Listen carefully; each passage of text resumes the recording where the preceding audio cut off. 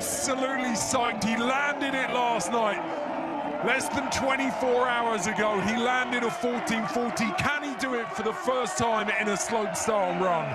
These are these high-pressure moments where Nicholi Rogatkin absolutely thrives. He's dropping in. All the speed he can muster out of that Rowan, the 1440, and he lands it! Whoa! What? Oh, that was even smoother than last night. What? Oh, wow. The first time in mountain bike competition at the end of an absolutely banger run, Nicholi Rogatkin drops the first ever front cork 1440. Forget about freestyle mountain biking. Take a look at action sports as a whole. Whether you're talking about Tony Hawk's 900, Travis Pastrana's double backflip, you can now add Nicholi Rogatkin's 1440 to that list.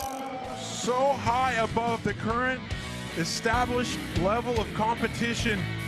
Most riders max out at 720.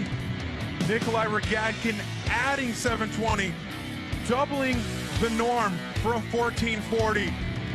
And nothing to pick apart on that landing. It's one thing getting a few goes at something, but to be able to lay a trick of this magnitude down in one go in front of this many people with so much at stake, that is where legends are made. So hard for him, but also hard for the judges. You know they must have run through this scenario in case Nicholi had a perfect run and then landed the 1440. A lot of pressure on their backs now. Nicholi Rogatkin waits for these scores to come in. Overall impression is massive. 19.63, first place for Rogatkin. Get ready for a battle royale. Oh! Emil Johansson's fairy tale ending to 2017.